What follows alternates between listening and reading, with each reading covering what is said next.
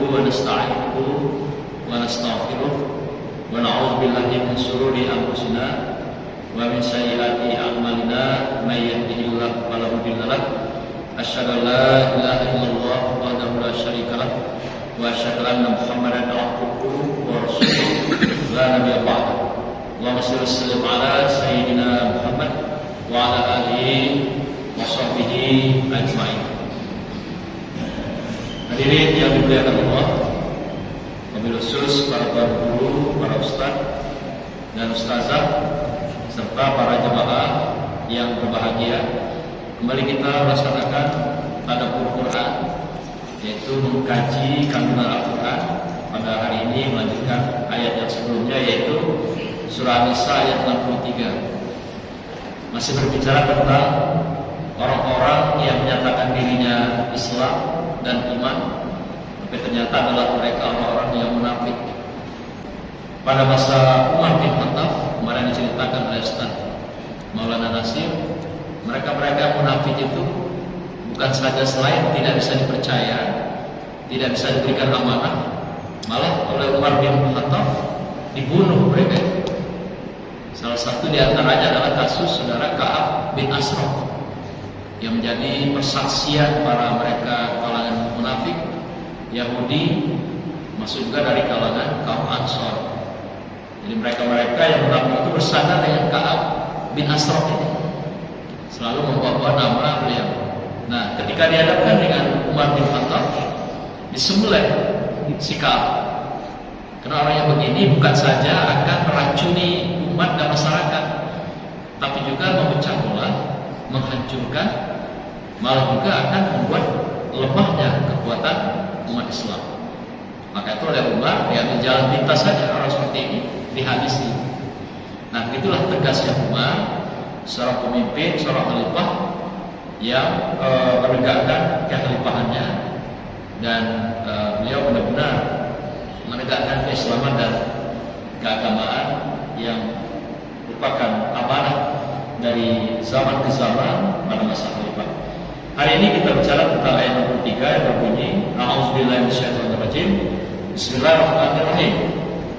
Ulaika allazina ya'lamullahu ma fi qulubihim fa'rid 'anhum wa'izhum wa qul lahum fi anfusihim qawlan baligha. Mereka itu adalah orang-orang yang munafik sesungguhnya, dan Allah mengetahui apa yang ada di dalam hatinya. Karena itu berpalinglah kamu dari mereka dan berilah mereka nasihat, dan katakanlah kepada mereka tentang hal-hal atau perkataan yang memberikan bekas pada hatinya atau jiwanya. Nah, ini sebenarnya sudah pilihan terakhir.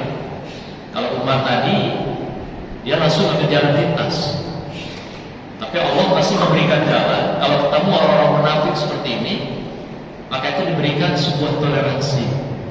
Katakanlah pada mereka dengan nasihat yang baik-baik, yang lemah lembut, sampai mereka betul-betul terhujam di hatinya itu, di jiwanya, kalimat-kalimat pesan-pesan kebaikan itu, agar mereka merubah dirinya dari munafik menjadi orang yang benar.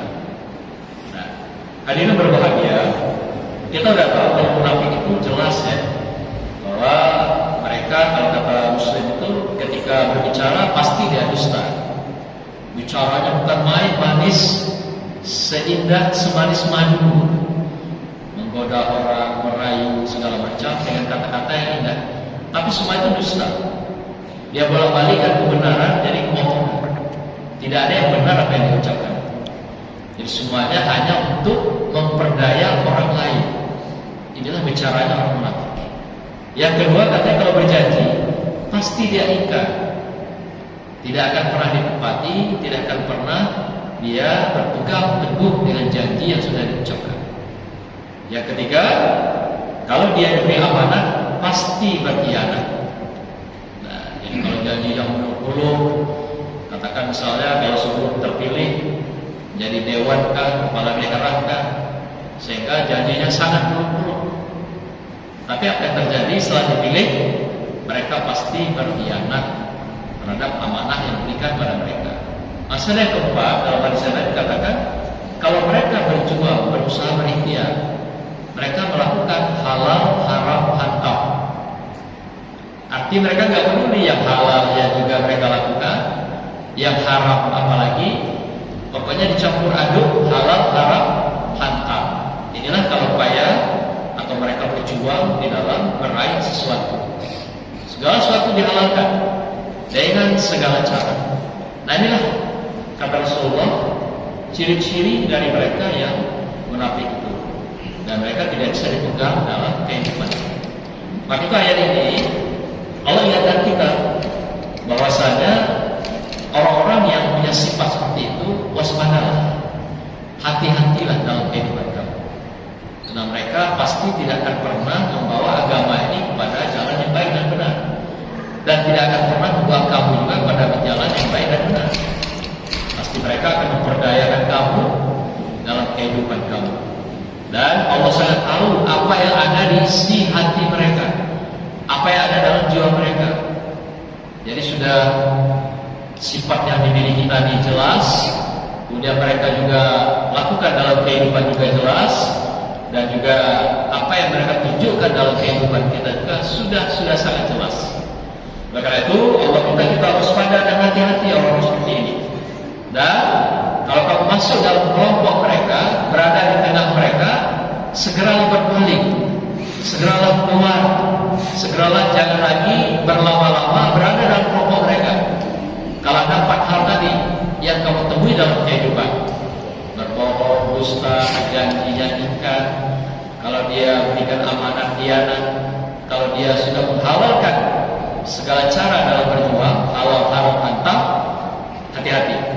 Jangan kamu terpedaya dan berlama-lama di dalam kelompok-kelompok seperti ini. Segeralah berpaling, keluarlah segera. Karena kamu akan terbawa arus kemunafikan yang mereka tunjukkan di dalam kehidupan ini.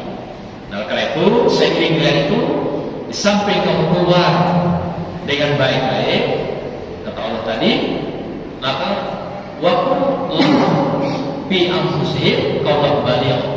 Kamu juga berikan kepada mereka nasihat-nasihat yang baik, yang pelan-pelan, yang lembut, yang indah, yang karim, dan ya juga memberikan bekas qawlan baligh yang betul-betul menghujat di hati mereka, yang bisa diterima sebagai sebuah kenyataan, sebagai sebuah kebenaran, agar kembali mereka ke jalan yang benar. Inilah minta Allah kepada kita kalau terjebak di dalam lingkungan komunitas, katakan gitu, di tengah orang-orang munafikun seperti ini. Jadi jangan berlama-lama berada di dalamnya. Keluarlah dengan cara yang indah, berilah nasihat dengan baik, agar mereka juga kembali ke jalan yang benar. Jadi orang munafik ini sudah banyak sekali dikisahkan dalam Al-Quran, baik dari kalangan Yahudi, ahli kitab, pada kisahkan oleh Ustaz Maulana Nasir, mulai dari Nabi Musa. Mereka paham Taurat dan Zabur, sangat paham. Tapi karena mereka tidak mau, sehingga mereka jadikan olok-olok ayat-ayat Allah itu. Salah satu misalnya Allah tunjukkan di dalam surah Al-Baqarah ayat 12, di mana Allah katakan bagaimana mereka yang munafik itu mengatakan dirinya dengan Allah. Malah dengan Allah pun dia dua disampaikan.